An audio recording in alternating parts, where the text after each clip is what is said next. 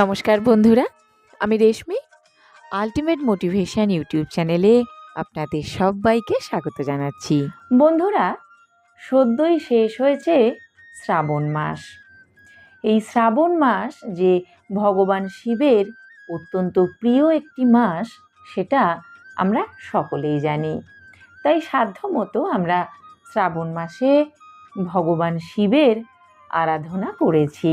শ্রাবণ মাসে শিবের মহিমা পাঠ করলে তার আশীর্বাদ লাভ করা সম্ভব হয়। কিন্তু বন্ধুরা, শুধুমাত্র শ্রাবণ মাসেই নয়, সারা বছর আপনি পাঠ করতে পারেন শিবের মহিমা। শিব পুরাণে শিবের মহিমা ব্যাখ্যা করা রয়েছে। এই পুরাণে শিব ঠাকুর ও তার অবতার, শিব ভক্তি, শিব মহিমা ও শিবের সম্পূর্ণ জীবন চরিত্র তুলে ধরা হয়েছে। পাশাপাশি শিব পুরাণে জ্ঞান, মোক্ষ, ব্রত, জপ, তপ ইত্যাদি ফলাফলের মহিমাও বর্ণনা করা রয়েছে। আজকের এই ভিডিও থেকে জানতে পারবেন শিব পুরাণে বর্ণিত বেশ কিছু গুরুত্বপূর্ণ বিষয় সম্পর্কে, যা আমাদের জীবনে চলার পথে সাহায্য করবে, আমাদের জীবনে চলার পথকে মসৃণ করবে।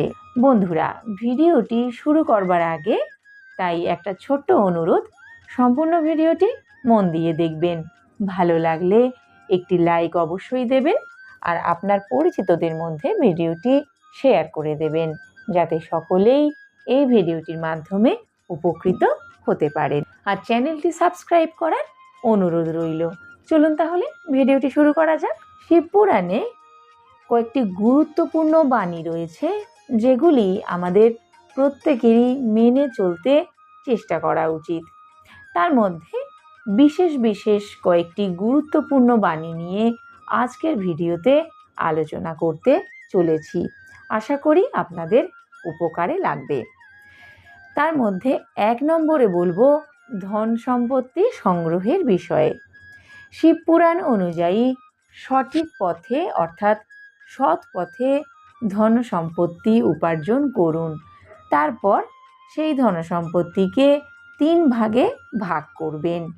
এর একটি অংশ সম্পদ বৃদ্ধি অর্থাৎ সঞ্চয়ের কাজে লাগান, দ্বিতীয় অংশটি উপভোগ অর্থাৎ জীবন ধারণের কাজে লাগান, এবং তৃতীয় অংশটি ধর্মকর্মের কাজে ব্যয় করুন। এর ফলে আপনি আপনার জীবনে খুব সহজেই সাফল্য লাভ করতে পারবেন। 2 নম্বর, রাগ ত্যাগ করুন। শিব পুরাণ অনুযায়ী রাগ করতে নেই ও রাগ উৎপন্ন করতে পারে এমন কোনো কথাও বলতে নেই। রাগ করলে বিবেক নষ্ট হয়, আর বিবেক নষ্ট হলে জীবনে দেখা দিতে পারে একাধিক সমস্যা। তাই শিব পুরাণ অনুযায়ী যতটা সম্ভব রাগ পরিহার করুন। 3 নম্বরে হলো ভোজন ত্যাগ। শিবরাত্রির উপবাস যখন করবেন, তখন আপনি ভোগ ও মোক্ষ উভয়ই লাভ করতে পারবেন। এর ফলে মহান পুণ্য অর্জন করা যায়। পুণ্যকর্ম করলে ভাগ্য উদয় হয় এবং আপনি সুখ লাভ সহজেই করতে পারবেন। 4, সন্ধ্যাকাল। সূর্যাস্ত থেকে সূর্যোদয় পর্যন্ত সময়কালটা শিব ঠাকুরের। এই সময় তিনি নিজের তৃতীয় নয়ন দিয়ে ত্রিলোককে দেখে থাকেন এবং নন্দীদের সঙ্গে ভ্রমণ করে থাকেন।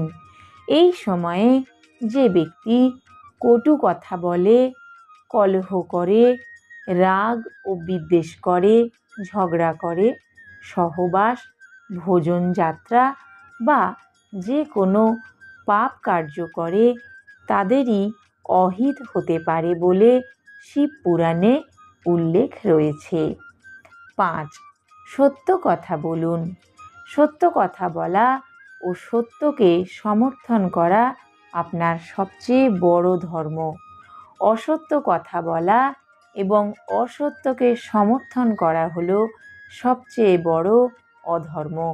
তাই শিব পুরাণে সৎপথে চলা, সত্য কথা বলা এবং সত্যকে সমর্থন করার উপরে জোর দেওয়া হয়েছে। 6 নম্বরে হলো নিষ্কাম কর্ম। যে কোনো কাজ করার সময় আপনি কি করছেন তার জন্য নিজেকেই তার সাক্ষী হিসেবে রাখবেন। ভালো মন্দ সমস্ত কাজের জন্য আপনি দায়িত্বশীল। এমন কখনো মনে করা উচিত নয় যে আপনার কাজ কেউ দেখছে না। আসলে আপনার সমস্ত কাজই ঈশ্বর দেখতে পাচ্ছেন। মনে এমন অনুভূতি যদি রাখতে পারেন তাহলে আপনিও পাপ কার্য করা থেকে বিরত থাকতে পারবেন। আপনার মন, বাণী ও কর্মের মাধ্যমে আপনি পাপ কার্য করা থেকে বিরত থাকতে পারবেন। সাথে বলবো, অনাবশ্যক ইচ্ছা ত্যাগ করুন। আপনার ইচ্ছার চেয়ে বড় অন্য কোনো দুঃখ এই পৃথিবীতে নেই। আপনি ইচ্ছার জালে জড়িয়ে পড়ে এবং ক্রমশ নিজেকে নষ্ট করতে শুরু করেন। শিব পুরাণ অনুযায়ী আপনাকে তাই অনাবশ্যক ইচ্ছা পরিহার করতে হবে। এর ফলে আপনি মহাসুখ লাভ করতে পারবেন। 8. মোহ ত্যাগ করুন। সংসারে প্রত্যেকেই কোনো না কোনো বস্তু, ব্যক্তি বা পরিস্থিতির দ্বারা আসক্ত হয়ে পড়েন এবং নিজেকে মোহজালে জড়িয়ে ফেলেন। এই আসক্তি ও মোহই আমাদের দুঃখ ও অসাফল্যের কারণ। মোহ ত্যাগ করে নিষ্কাম কর্ম করলে আনন্দ ও সাফল্য উভয়ই লাভ করা যায়। 9. ইতিবাচক চিন্তাভাবনা করুন। শিব পুরাণ অনুযায়ী কল্পনা জ্ঞানের চেয়েও গুরুত্বপূর্ণ। আমরা যেমন কল্পনা বা চিন্তাভাবনা করি তেমনই হয়। স্বপ্নও এক ধরনের কল্পনা। এর ওপর ভিত্তি করে শিব ধ্যানের 112টি বিধি বিকশিত হয়েছে। তাই ভালো ও ইতিবাচক চিন্তাভাবনা করার পরামর্শ দিয়েছে শিব পুরাণ। 10 নম্বর, সৎ মানুষ হবেন। শিব পুরাণ অনুযায়ী আপনার মধ্যে যতক্ষণ রাগ, বিদ্বেষ, ঈর্ষা, বৈষম্য, অপমান ও হিংসার মতন পাশবিক বৃত্তিগুলি থাকছে ততক্ষণই আপনি পশুর মতনই একটি অংশ মাত্র। এই পাশবিকতা থেকে মুক্তির জন্য ভক্তি ও ধ্যান করা জরুরি। শিব পুরাণ অনুযায়ী আপনার মধ্যে সমস্ত ধরনের পশু ও পক্ষীর প্রবৃত্তি রয়েছে। আপনি নিজের মনের অধীনে থাকুন। মনই সর্বাধিক সক্রিয় বলে আপনি বা আমি আজ মানুষ রূপে জন্ম নিয়েছি।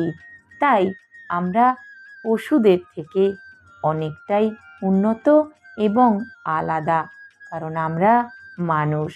শিব পুরাণ অনুযায়ী সমস্ত পাশবিক প্রবৃত্তি ত্যাগ করলে প্রকৃত মানুষ হয়ে ওঠা যায়। বন্ধুরা, আজকে আপনাদের জানালাম শিব পুরাণের অত্যন্ত গুরুত্বপূর্ণ 10টি বাণী। আশা করি ভিডিওটি আপনাদের উপকারে লাগবে। চ্যানেলটি সাবস্ক্রাইব করার অনুরোধ রইল। কমেন্টে ওম নমঃ শিবায় লিখতে ভুলবেন না।